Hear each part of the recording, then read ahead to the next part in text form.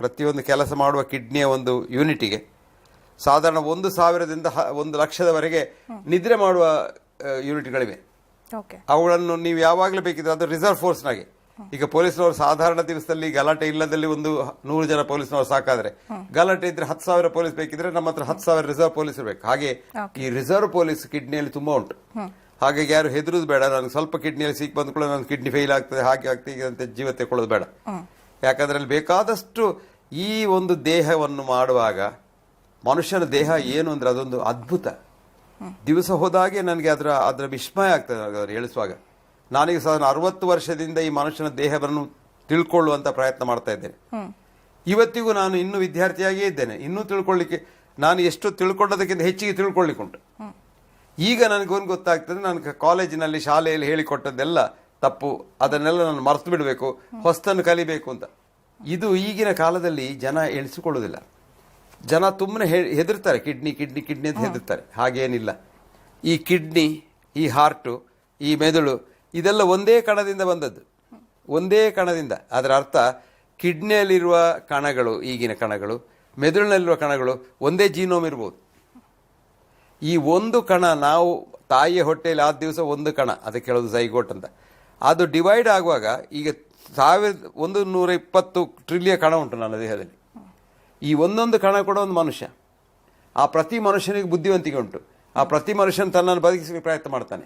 ಹಾಗಿರುವ ಕಿಡ್ನಿಯಲ್ಲಿ ಬಿಲಿಯಾಂತರ ಟ್ರಿಲಿಯಾಂತರ ಕಣಗಳಿವೆ. ಅವುಗಳಿಗೆ ಹೇಳೋದು ನೆಫ್ರಾನ್ಸ್ ಅಂತ. ಈ ಪ್ರತಿಯೊಂದಕ್ಕೂ ಒಂದು ಬುದ್ಧಿವಂತಿಕೆ ಉಂಟು.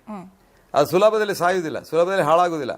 ಆದಷ್ಟು ಕಾಯಿಲೆಗಳನ್ನು ದೂರ ಹಾಕ್ಲಿಕ್ಕೆ ನೋಡ್ತದೆ. ಹಾಗೆ ಮಾಡುವಂತಹ ಶಕ್ತಿಗೆ ಹೇಳುವುದು ರೋಗ ನಿರೋಧಕ ಶಕ್ತಿ, ಇದು ಇಮ್ಯೂನ್ ಸಿಸ್ಟಮ್ ಅಂತ. ಇದನ್ನು ಮೀರಿ ಕೆಲವು ಸಲ ಇದು ಆಕ್ಸಿಡೆಂಟ್. ಯಾರಿಗಾದ್ರೂ ಒಬ್ಬನಿಗೆ ಇವತ್ತು ಕಾಯಿಲೆ ಇದ್ರೆ, ಅಥವಾ ಕಿಡ್ನಿಯಲ್ಲಿ ಸ್ಟೋನ್ ಇದ್ರೆ, ಅಥವಾ ಕಿಡ್ನಿ ಫೇಲ್ ಆದ್ರೆ, ಅದು ಜಸ್ಟ್ ಚಾನ್ಸ್. ಅದನ್ನು ಹೇಳಲಿಕ್ಕೆ ಆಗುದಿಲ್ಲ. ಅದನ್ನು ತಡೆಯುತ್ತೇನೆ ನಾನು, ಅದು ಖಂಡಿತ ಮಾಡ್ತೇನೆ, ಹೀಗೆ ಆಗುದಿಲ್ಲ. ನೀವು ಹುಷಾರಿನಲ್ಲಿದ್ರೆ ಇವತ್ತು ಅದು ಚಾನ್ಸೇ. ಇದು ಯಾರಿಗೂ ಅದನ್ನು ಕಂಟ್ರೋಲ್ ಮಾಡ್ಲಿಕ್ಕೆ ಆಗುದಿಲ್ಲ. ಹಾಗಾಗಿ ಸುಮ್ಮನೆ ಅದಕ್ಕೆ ಅದು ಮಾಡ್ಬೇಕು ಇದು ಮಾಡ್ಬೇಕು ಅಂತ ಹೇಳ್ತಾರೆ. ಮುಖ್ಯ ಏನು ಅಂದ್ರೆ ಕಿಡ್ನಿ ಸರಿಯಾಗಿರ್ಬೇಕಾದ್ರೆ ಆಹಾರದಲ್ಲಿ ಸ್ವಲ್ಪ ಹತೋಟಿ ಇಡಬೇಕು. ಆ ನಾನ್ ವೆಜಿಟೇರಿಯನ್ ಫುಡ್, ಬೆಳಿಗ್ಗೆ ಅಂದ್ರೆ ರಾತ್ರಿವರೆಗೆ ಮಾಂಸ ತಿಂದ್ರೆ ಆ ಪ್ರೋಟೀನ್ ಲೋಡ್ ಹೆಚ್ಚಾಗ್ತದೆ ಕಿಡ್ನಿಗೆ. ಆ ಪ್ರೋಟೀನ್ ಲೋಡ್ ಹೆಚ್ಚಾದ ಕೂಡಲೇ ಕಿಡ್ನಿಗೆ ಕೆಲಸ ಹೆಚ್ಚಾಗ್ತದೆ. ಹಾಗಾಗಿ ಆದಷ್ಟು ಮನುಷ್ಯರಿಗೆ ಇಷ್ಟು ನಾವು ಹೇಳಿದಷ್ಟು ಪ್ರೋಟೀನ್ ಬೇಡ. ಪಾಶ್ಚಾತ್ಯ ವೈದ್ಯಕೀಯ ವಿಜ್ಞಾನದಲ್ಲಿ ಮನುಷ್ಯನಿಗೆ 1 gram per kilogram body weight ಬೇಕು ಪ್ರೋಟೀನ್ ಅಂತ ಹೇಳ್ತಾರೆ. ಅಂದ್ರೆ ಈಗ ನಾನು 60 ಕಿಲೋಗ್ರಾಮ್ಸ್ ಇದ್ರೆ ನನಗೆ 60 ಗ್ರಾಮ್ಸ್ ಪ್ರೋಟೀನ್ ಬೇಕು ಅಂತ. ನಿಜವಾಗಿ ಬೇಡ. ಫರ್ದರ್ ರಿಸರ್ಚ್ ಅಷ್ಟು ನನಗೊಂದು 15 ಗ್ರಾಮ್ ಪ್ರೋಟೀನ್ ಸಿಕ್ಕಿದ್ರು ಸಾಕು. ಅದು ವೀಗಾನ್ಸಿಗೂ ಸಿಗ್ತದೆ. ಈ ಖಾಲಿ ಇದು ಹಸಿರು ಇದು ಎಲೆ ತಿನ್ನುವ ಪ್ರಾಣಿಗಳಿಗೂ ಅದು ಸಿಗ್ತದೆ. ಹಾಗಾಗಿ ಈ ನೇಚರ್ ನಲ್ಲಿ ಎಲ್ಲದಕ್ಕೂ ಪ್ರೊವೈಡ್ ಮಾಡಿದ್ದಾರೆ. ಈ ಸ್ಟೋನ್ಸ್ ಒಂದೀಗ ಹೊಸ ಕಾಯಿಲೆ ಏನಾಗಿದೆ. ಮುಂಚಿನ ಕಾಲದಲ್ಲಿ ಯಾರಿಗಾದ್ರೂ ಕಿಡ್ನಿಯಲ್ಲಿ ಸ್ಟೋನ್ ಇದ್ರೆ ಅದು ಮೂವ್ ಆದ್ರೆ, ಅದು ಯಾವಾಗ ಒಂದು ಕಡೆಯಿಂದ ಒಂದು ಕಡೆ ಮೂವ್ ಆಗ್ತದೆ ಆವಾಗ ನೋವು ಬರ್ತದೆ. ಈಗ ಕಿಡ್ನಿಯಲ್ಲಿದ್ದ ಸ್ಟೋನು ಅದು ಕೆಳಗೆ ಮೂತ್ರದಲ್ಲಿ ನಾನು ಹೊರಗೆ ಹೋಗ್ತೇನೆ ಅಂತ ಪ್ರಯತ್ನ ಮಾಡಿದ್ರೆ ಅದು ಒಂದು ಸಣ್ಣ ಟ್ಯೂಬ್ ಉಂಟಲ್ಲಿ, ಯೂರಿಟರ್ ಅಂತ. ಆ ಯೂರಿಟರ್ ನಲ್ಲಿ ಅದು ಬರುವಾಗ ಕೆಳಗೆ ಸಾಧಾರಣ ಒಂದು ಮಗು ಗರ್ಭಕೋಶದಿಂದ ಹೊರಗೆ ಬರುವಾಗ ಎಷ್ಟು ನೋವಾಗ್ತದೆ ಅದೇ ತರ ನೋವಾಗ್ತದೆ. ಯಾಕಂದ್ರೆ ಅದು ದೂಡುತ್ತದೆ. ಅಲ್ಲಿ ಕೂಡ ಸ್ಮೂತ್ ಮಸಲ್ ಉಂಟು. ಹೇಗೆ ಗರ್ಭಕೋಶದಿಂದ ಮಗು ಹೊರಗೆ ಬರ್ತದೆ ಅಂತದೇ ಡೆಲಿವರಿ ಪೈನ್ ಇಲ್ಲಿ ಕೂಡ ಆಗ್ತದೆ. ಅಂತ ವಿಪರೀತ ನೋವು ಬಂದವರು ಮಾತ್ರ ಡಾಕ್ಟರ್ ಹತ್ರ ಹೋಗ್ತಾರೆ.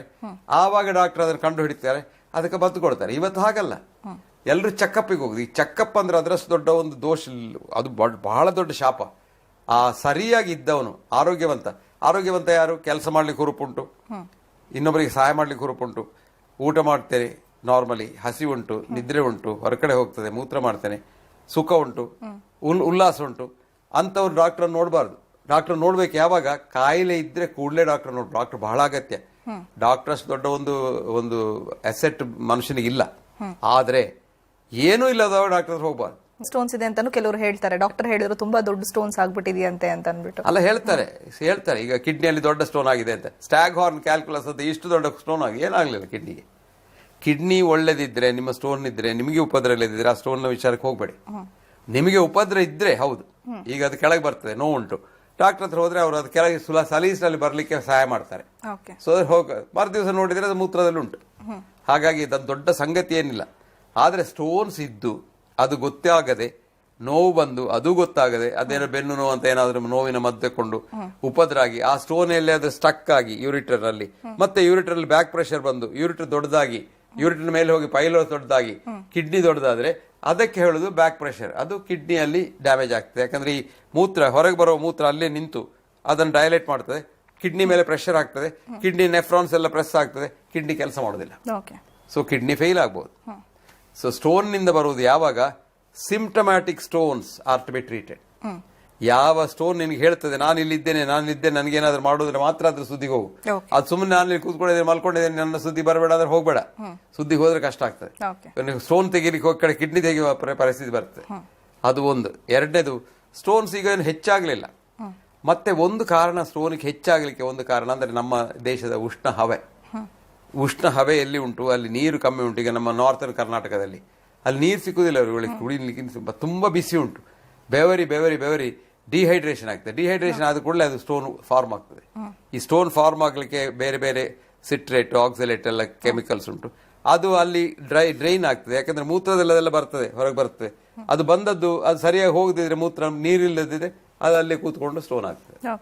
ಹಾಗಾಗಿ ಈ ಸ್ಟೋನ್ಗಳನ್ನು ವರದ ಹಾಗೆ ಇರಬೇಕಾದ್ರೆ ದಿವಸಾಗ್ಲೂ ನೀರು ತೆಕ್ಕೊಳ್ಬೇಕು ಮನುಷ್ಯ ಬೇಕಾದಷ್ಟು. ಇದು ಒಂದು ದೊಡ್ಡ ಪ್ರಶ್ನೆ. ಯಾರ ಕೇಳಿದ ನನಗೆ ಒಂದು ಮನುಷ್ಯನಿಗೆ ಒಂದು ದಿವಸಕ್ಕೆ ನೀರು ಎಷ್ಟು ಬೇಕು ಅಂತ. ನಾನು ಬಹಳ ರಿಸರ್ಚ್ ಮಾಡಿದೆ ನಮ್ಮ ಪಾಶ್ಚಾತ್ಯ ವೈದ್ಯಕೀಯದಲ್ಲಿ. ಎಲ್ಲಿ ನೋಡಿದ್ರು ಎಷ್ಟು ನೀರು ಬೇಕಂತಿಲ್ಲ, ಎಲ್ಲಿ ಮೆನ್ಷನ್ ಮಾಡಲಿಲ್ಲ. ಅದಲ್ಲ, ನೀರು ಕುಡಿಯದೇ ಇದ್ದು ಜೀವ ಇದ್ದವರು ಇದ್ದಾರೆ.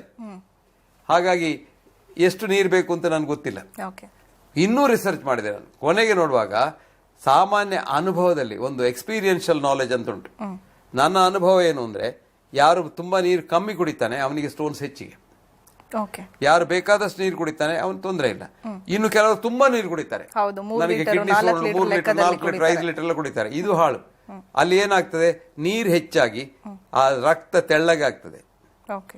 ಅದು ಬಹಳ ಹಾಳು, ಅದರಿಂದ ಆಪತ್ತುಂಟು. ಹಾಗಾಗಿ ನೀರು ತುಂಬಾ ಕುಡಿಯುವುದು ಕೂಡ ಅನಾಹುತ. ಅದಕ್ಕೆ ಹೇಳುದು ಮಿತದಿಂ ನವೀಕರಣ ಅಂತ. ನಾನು ರಫ್ಲಿ ನನ್ನ ಅನುಭವದಲ್ಲಿ, ನನ್ನ ಎಕ್ಸ್ಪೀರಿಯನ್ಸ್ ನಲ್ಲಿ ಒಂದು ಕನ್ಕ್ಲೂಷನ್ ಬಂದೇನೆ. ಒಂದು ಮನುಷ್ಯನಿಗೆ ಸಾಧಾರಣ 1 ಕಿಲೋಗ್ರಾಮ್ ವೆಯ್ಟಿಗೆ 30 ml ನೀರು ಬೇಕು ಒಂದು ದಿವಸಕ್ಕೆ. ಅಂದ್ರೆ ನೀನು 60 ಕಿಲೋಗ್ರಾಮ್ ಇದ್ರೆ ನಿನಗೆ ಸಾಧಾರಣ 2 ಲೀಟರ್ ನೀರು ಬೇಕು. ಆ ನೀರನ್ನು ಒಂದೇ ಸಲ ಕುಡಿಬೇಕು ಅಂತಿಲ್ಲ. ಕೆಲವರು ಇದ್ದಾರೆ ಬೆಳಿಗ್ಗೆ ಎದ್ದು ಎಲ್ಲ 2 ಲೀಟರ್ ನೀರು ಕುಡಿತೇನೆ ಅಂತ. ಅದು ಒಳ್ಳೇದಲ್ಲ. ಆವಾಗ ದಿವಸ ಇಲ್ಲ. ಆದಷ್ಟು ಸಂಜೆ ನಂತರ ಕುಡಿಯೋದನ್ನು ಕಮ್ಮಿ ಮಾಡಿದ್ರೆ ರಾತ್ರಿ ಮೂತ್ರ ಹೋಗೋದು ಕಮ್ಮಿ ಆಗ್ತದೆ. ಯಾಕಂದ್ರೆ ಮನುಷ್ಯನಿಗೆ ವಯಸ್ಸಾದ ಹಾಗೆ ರಾತ್ರಿಯಲ್ಲಿ ಆಗುವ ಮೂತ್ರ ಹೆಚ್ಚು, ಹಗಲಲ್ಲಿ ಆಗುವ ಮೂತ್ರ ಕಮ್ಮಿ ಆಗ್ತದೆ. ಸಣ್ಣ ವಯಸ್ಸಿನವರಿಗೆ ಹಗಲಲ್ಲಿ ಮೂತ್ರ ಹೆಚ್ಚಿಗೆ, ರಾತ್ರಿಯಲ್ಲಿ ಮೂತ್ರ ಕಮ್ಮಿ. ಹಾಗಾಗಿ ಎಳೆ ವಯಸ್ಸಿನವರು ಅಥವಾ ಯುವಕರು ಯುವತಿಯರು ಇವರೆಲ್ಲ ರಾತ್ರಿಗೆ ಮೂತ್ರ ಮಾಡಲಿಕ್ಕೆ ಹೇಳ್ಬೇಕು ಅಂತಿಲ್ಲ. ವಯಸ್ಸಾದ ನಂತರ 50 ವರ್ಷ ಆದ ನಂತರ ನಾಕ್ಟರ್ನಲ್ ಎನ್ಯೂರಿಸ್, ರಾತ್ರಿಗೆ ಆಗುವ ಮೂತ್ರ ಹಗಲಿಗೆ ಆಗುವ ಮೂತ್ರದ ಹೆಚ್ಚು ಪ್ರಪೋರ್ಷನ್. ಹಾಗಾಗಿ ಸಂಜೆ ಆಗುವಾಗ ನೀನು ತುಂಬಾ ನೀರು ಕುಡಿದ್ರೆ ರಾತ್ರಿ ಆವಾಗ ಹೇಳ್ಬೇಕಾಗ್ತದೆ. ಸೊ ನೀರು ಕುಡಿಯುವುದನ್ನು ಕುಡಿಬೇಕು. ಅದನ್ನು ಕೆಲವರು ಹೇಳ್ತಾರೆ, ಊಟದೊಟ್ಟಿಗೆ ನಾನು ನೀರು ಕುಡಿಲಿಲ್ಲ, ಹೇಗೂ ಮಾಡ್ಬೋದು. ನಾನೇನು ಹೇಳ್ತೇನೆ ಅಂದ್ರೆ, ಬೆಳಿಗ್ಗೆ ಒಂದು 2 ಗ್ಲಾಸ್ ನೀರು ಕುಡೀರಿ. ಅಲ್ಲಿ ಒಂದು 500 ml ಆಯ್ತು. ಒಂದು ಗ್ಲಾಸ್ ನಲ್ಲಿ 250 ಮಿಲಿ ಲೀಟರ್ ತೆಕೊಳ್ಳುವ. 2 ಸಾಧಾರಣ ಸೈಜ್ ಗ್ಲಾಸ್ ನಲ್ಲಿ ಕುಡಿದ್ರೆ 500 ml ಆಯ್ತು. ಅದು ಒಳ್ಳೇದು. ಯಾಕಂದ್ರೆ ಸ್ವಲ್ಪ ಅಲ್ಲಿ ಬಲ್ಕ್ ಆಗಿ ಟಾಯ್ಲೆಟ್ಗೆ ಹೋಗ್ಲಿಕ್ಕೆ ಸುಲಭ ಆಗ್ತದೆ, ಅದು ದುಡ್ತದೆ ಸ್ವಲ್ಪ. ಸೊ ಸಮಾಧಾನ ಆಗ್ತದೆ. ಅದ್ರ ನಂತರ ಆಹಾರ ತೆಕೊಳ್ಳೋ ಮೊದಲು ಆಹಾರ ತೆಕೊಂಡು ನಂತರ ಒಂದು ಗ್ಲಾಸ್ ಕುಡಿದ್ರೆ ಸಾಕಾಗ್ತದೆ. ಅದರ 10 ಗ್ಲಾಸ್ 8 ರಿಂದ 10 ಗ್ಲಾಸ್ ಆಗ್ತದೆ ಸಾಮಾನ್ಯ ಜನರಿಗೆ ಪರ್ ಡೇ.